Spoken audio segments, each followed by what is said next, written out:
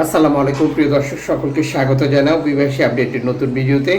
December মাসের 1 তারিখ জানিয়ে দিব গত 24 ঘন্টার আলোচিত গেম খবরগুলোর বিস্তারিত এই ভিডিওর মাধ্যমে। আপনি এই ভিডিওটি দেখছেন ইউটিউব, ফেসবুক দুটি মাধ্যম থেকে। আমরা প্রতিদিনই এই গুরুত্বপূর্ণ তথ্যগুলো দিয়ে আপনাদেরকে সহযোগিতা করে যাচ্ছি। চ্যানেলটি সাবস্ক্রাইব করে ফেসবুক পেজটি ফলো করে যুক্ত থাকলে আমাদের প্রতিদিনের আপডেট তথ্য প্রতিদিনই আপনি দেখতে পান। আপনি কোন দেশ থেকে এই ভিডিওতে যুক্ত হয়েছিলেন কমেন্টস করবেন, ইনশাআল্লাহ আপনার কমেন্টসের রিপ্লাই করবো আমরা।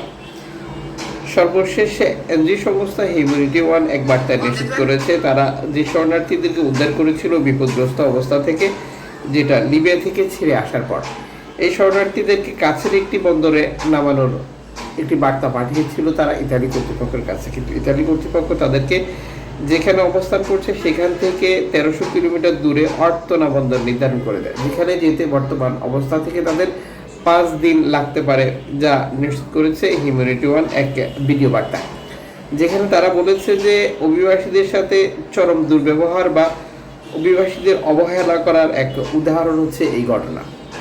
ইতালি কর্তৃপক্ষ বিভিন্নভাবে একটি বেড়াজাল সৃষ্টি করতে চায় শরণার্থী উদ্ধারে এনজিও সংস্থার কার্যক্রম সীমাবদ্ধতা আনার জন্য।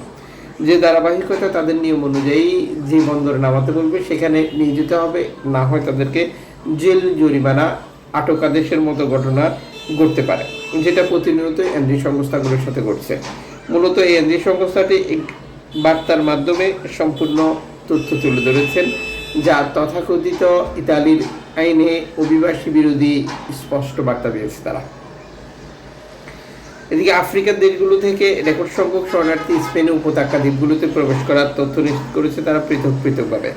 যে অঞ্চলগুলোতে সাধারণত গেম দিয়ে অভিবাসীরা আসে, প্রত্যেক অঞ্চলের আলাদা প্রতিবেদন তারা প্রকাশ করেছে।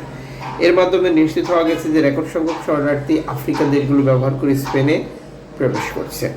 এদিকে তথাকথিত চুক্তির নামে লিবিয়াকে যে সহায়তা বা তিউনিসিয়াকে যে সহায়তা দেওয়া হচ্ছে সেটা কখনো মানবাধিকারের লঙ্ঘন বা আরও কঠিন পরিস্থিতির মুখোমুখি করছে, আর এটি নিয়ে বিতর্ক তৈরি করছে, যা ইউরোপের একজন নীতি নির্ধারক স্বীকার করেছেন।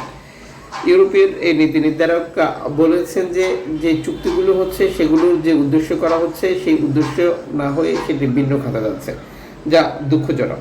যদিও অনেকেই মনে করছেন যে এটা ইউরোপীয় ইউনিয়ন তথা ইতালি গভর্নমেন্টের বর্তমান পরিসরে নতুন একটি চালাকি, যে তারা তাদের অবস্থানকে ভিন্ন খাতে প্রভাবিত করার জন্য এভাবে ব্রিফিং করেছে। লিবিয়ান কোস্টগার্ড ভূমধ্যসাগরে কী করছে এখন সারা পৃথিবী এটা জানে, টিউনিশিয়ান কোস্টগার্ড কী করছে সারা পৃথিবী জানে।